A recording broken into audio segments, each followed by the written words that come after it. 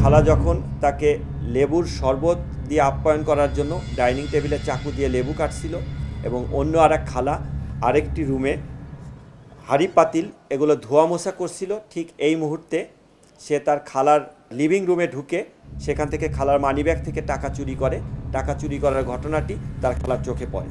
তদন্তকালীন মূলত আমরা সিসিটিভির ফুটেজ সংগ্রহ করি এবং পারিবারিক কোনো শত্রুতা বা দ্বন্দ্ব থেকে উক্ত ঘটনা সংঘটিত হয়েছে কিনা তা খতিয়ে দেখার জন্য পারিবারিক সদস্যদের জিজ্ঞাসাবাদ এবং আশেপাশের আনুষঙ্গিক যে আলামত সহ জিজ্ঞাসাবাদ সে কার্যক্রম আমরা অব্যাহত রাখি।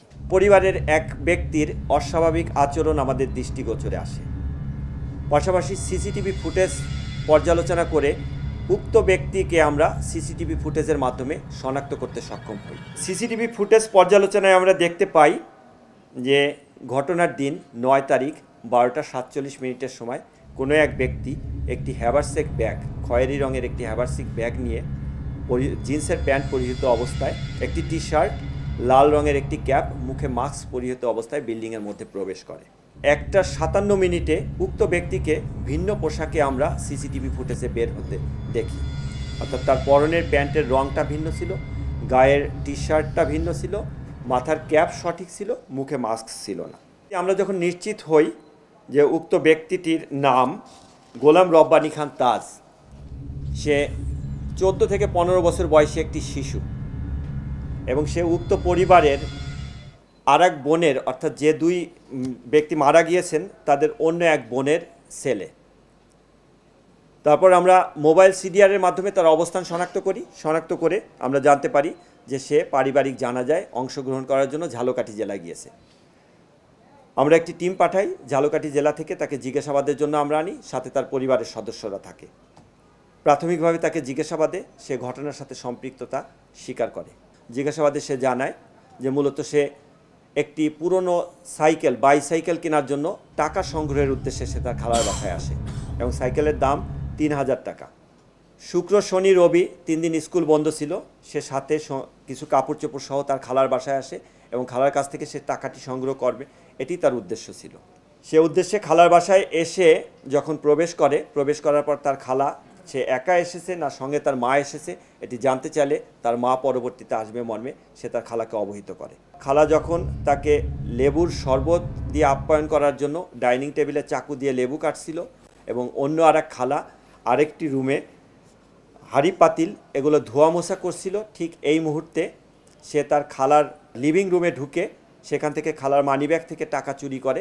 টাকা চুরি করার ঘটনাটি তার খালার চোখে পড়লে তার খালা যখন টাকা চুরির বিষয়টি তাকে চার্জ করে এবং তার মাকে বলে দিবে মর্মে তাকে জানায়, তখন সে দিক বিদিক হয়ে ডাইনিং টেবিলের এখানে এসে ওই চাকু দিয়ে তার খালার পেটে আঘাত করে। খালার পেটে আঘাত করার পর খালা চিৎকার করে এবং তার কাছ থেকে বাঁচার জন্য যখন তাকে ধাক্কা দেয় তখন সে উপর্যুপরি আরও কয়েকবার চাকু দিয়ে পেটে আঘাত করে। এক পর্যায়ে তার চিৎকারে তার আর এক খালা অন্য রুম থেকে আসলে সে যখন এই দৃশ্য দেখে তখন সে চাকু দিয়ে তার ওই খালার পেটেও আঘাত করে এবং রান্নাঘরে ঢুকে শিল পাটা যেটা, সেটা পুতা এনে প্রথমে ছোট খালার মাথায় আঘাত করে, পরবর্তীতে বড় খালাকে আঘাত করে। কার্যক্রম সমাপ্ত করে সে ওয়াশরুমে গিয়ে তার কাপড় চোপড় এগুলো পরিবর্তন করে এবং সে নিজেকে পরিষ্কার করে ভিন্ন কাপড় পরে সে সেখান থেকে বের হয়ে এসে পথে একটি সিএনজি নেয়।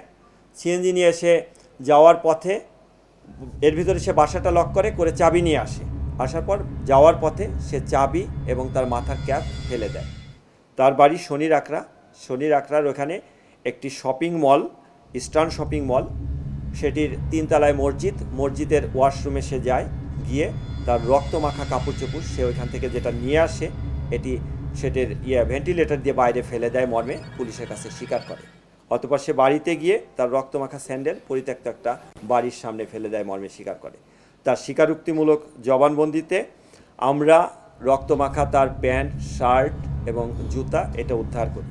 আর ঘটনাস্থল থেকে আলামত হিসাবে চাকু, পোতা এগুলো সহ আরও বেশ কিছু আলামত জব্দ করা হয়েছে। এ বিষয়ে একটি নিয়মিত মামলা রুজু হয়েছে। তার খালাতো বোন অর্থাৎ মরিয়ম বেগমের মেয়ে নুসরাত জাহান মিষ্টি বাদী হয়ে থানায় একটি মামলা রুজু করে। উক্ত মামলায় তাকে গ্রেপ্তার দেখানো হয়েছে এবং তাকে যথারীতি আইনের আওতায় সোপর্দ করা হয়েছে। আর অন্য অন্য মামলার কার্যক্রম তদন্তাধীন আছে।